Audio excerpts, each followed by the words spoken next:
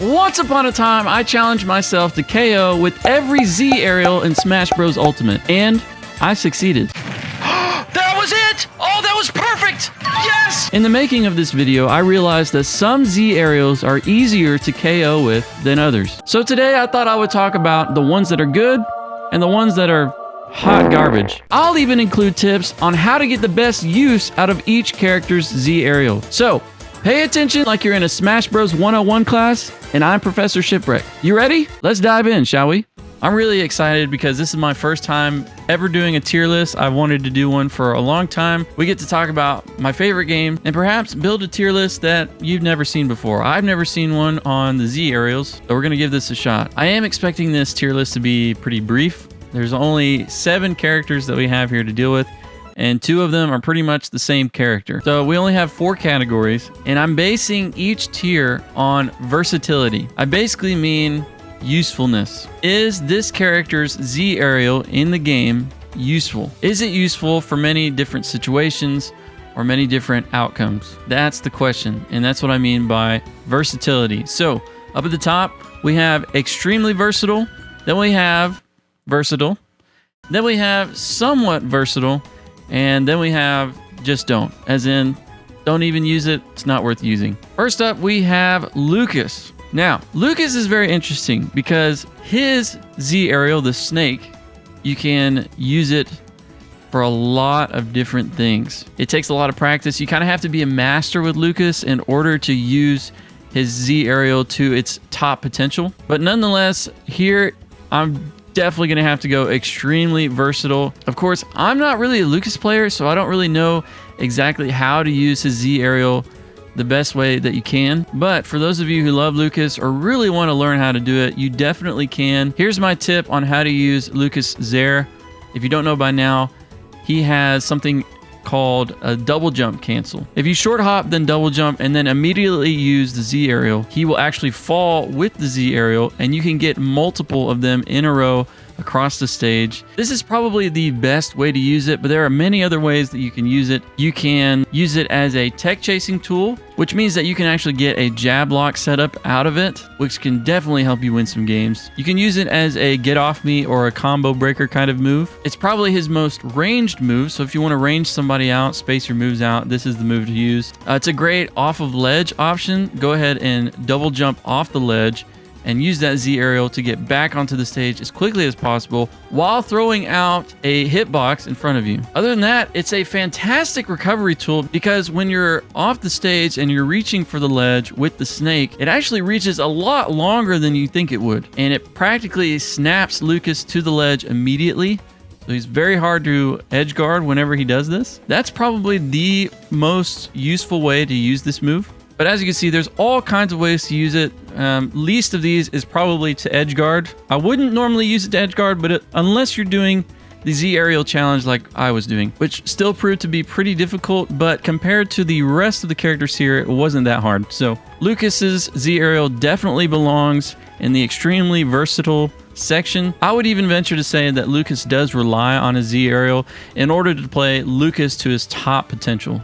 It's very useful for him. So there you go. Next up, we have Luigi, and here's what I'm going to do. We're going to go to the versatile or the A tier here. The only reason that I don't have his Z aerial in the top tier is simply because you can't recover with it. But there are ways that you can use Luigi's Z aerial that you can't use the rest, and that is edge guarding. His plunger actually drops below the ledge, so that whenever people reach for the ledge and to recover, it stands in the way and it knocks them off. This is the only Z aerial that can do this. Even though it's not very strong, it is still very useful. And against some characters, it can actually get you the stock. Luigi's plunger is definitely unique, and it's definitely very versatile. But honestly, the best way to use all of these Zaires is to recover. So the mere fact that you can't recover with it is the only reason I would say I'd have to put him in the A tier instead of the S tier here. Now here's the tip. It is his most ranged option. He's got short stubby arms. Other than his projectile, his fireball, I would say use Zaire to really space out your opponent. His Zaire is very useful for opening up an option to attack. At most percents, doing short hop Zaire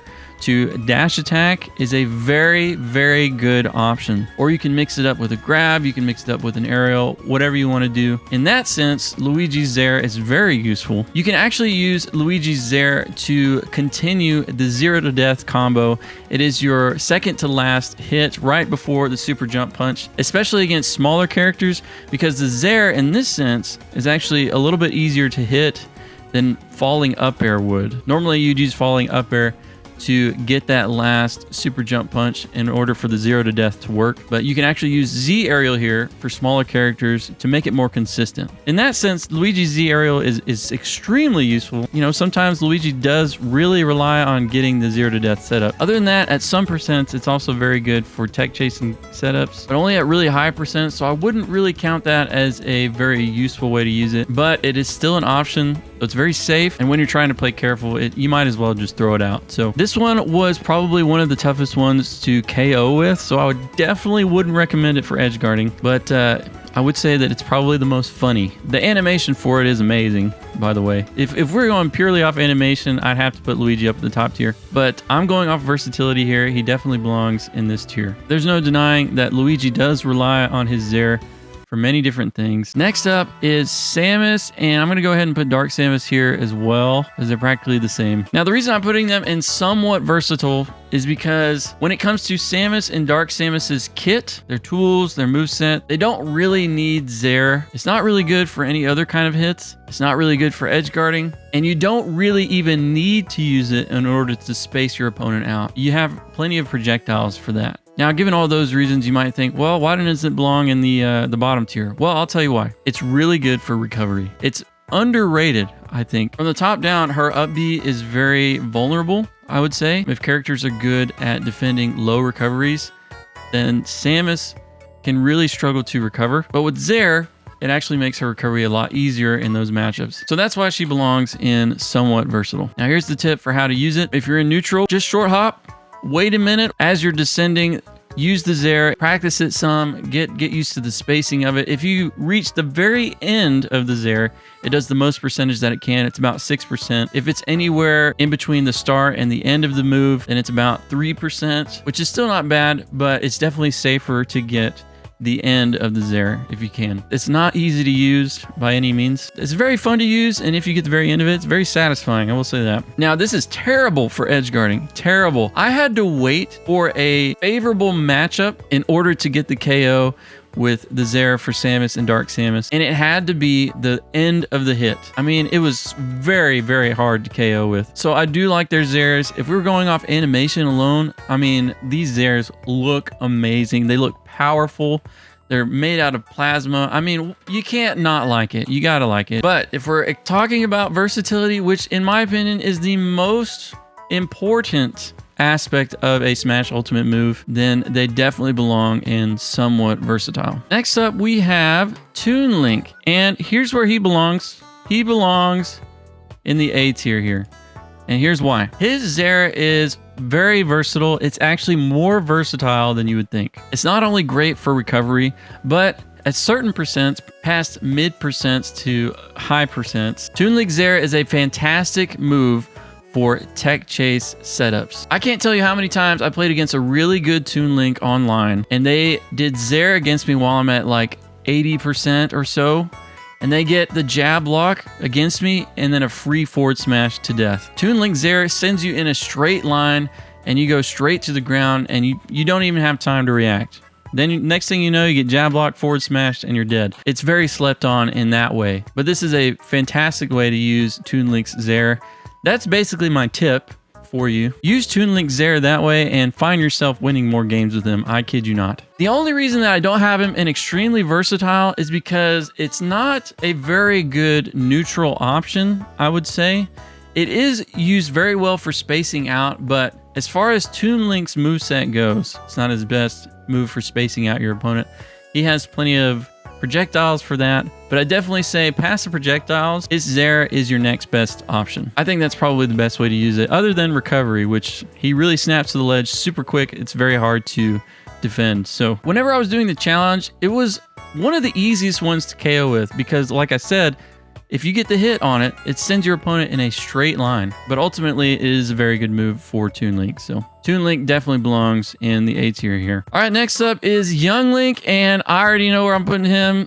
Just don't use it. I kid you not. This is the worst Z aerial in the game, and I'll tell you why. The only thing that it's good for is recovery, and even then, it's not even that hard to defend because he doesn't really snap to the ledge that quick. I found out while I was doing the challenge, if you use his Zair, it sends your opponent slightly upward. So it is extremely hard to KO with, and you might as well not even use it because it doesn't lead to tech chase setups. It's very hard to use and get the hit at the very end of the move. So you might as well not even use it in neutral. He's got projectiles there to space out your opponent. So you don't really need to use the Zair for that. It's better if you just don't use it, except for the occasional recovery option. But really, only as a mix-up, if you're asking me. Now, I told you I would give you a tip on how to use each of these characters' Z aerials. But my only tip for Young Link is just don't.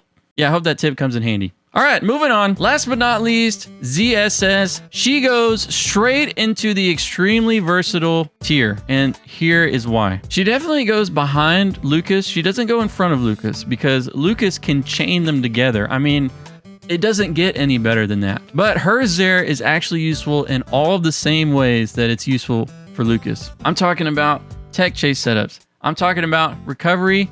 I'm talking about even edge guarding. This is the best edge guarding Zair in the game. Have you ever tried to edge guard with ZSS and you just can't reach your opponent? They're a little bit too far out there. You didn't quite line it up when you were trying to go for that back air, that forward air. You know what you could do? Just throw out Zair. You might as well. If you get the apex of the hit and you're far enough over next to the blast zone, you're going to get the KO. And if not, you're going to get a good gimp probably. Other than that, her Zair is fantastic for neutral. It's one of her most useful spacing out tools. It's not even that difficult to use. It doesn't take very long to get used to. It comes out very quick. It comes out kind of at an angle. The very end of the Zair actually drops as you use it. So it looks like it sends kind of at a down and over angle. And at low percent, it leads to a good combo. If you use Zair and then you run in with up smash, then you get a nice up air or forward air after that.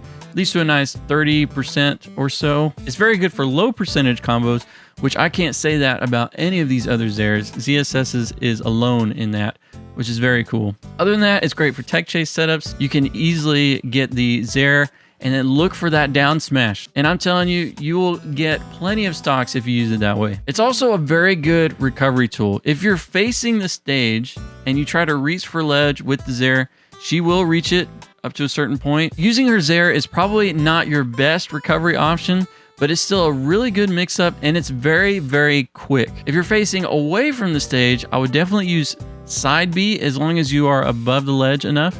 If you're below the ledge or even to the ledge while you're using side B, then you will miss the ledge and you will fall. But it's not that way with Zair. You can actually reach when you're level with the ledge or even when you're slightly below the ledge as long as you are facing it. So in that sense, it is a little bit more useful. The only thing I would say is that definitely don't use it if your opponent is coming out to edge guard you, because if you use Zair, then your opponent will actually body block you. When it comes to recovery, I would definitely use the Zair sparingly, but it is definitely a very quick option and a good mix-up. ZSS's Zair is very, very good. The only reason that she's behind Lucas is because Lucas's Zair is so central to his playstyle that he definitely belongs in first place here. But I would have to say ZSS's Zair is probably the best in the game. And there you have it. That is my Z aerial tier list in Smash Ultimate. These moves are used pretty sparingly, so I don't know how much knowledge there is out there about Z aerials in this game.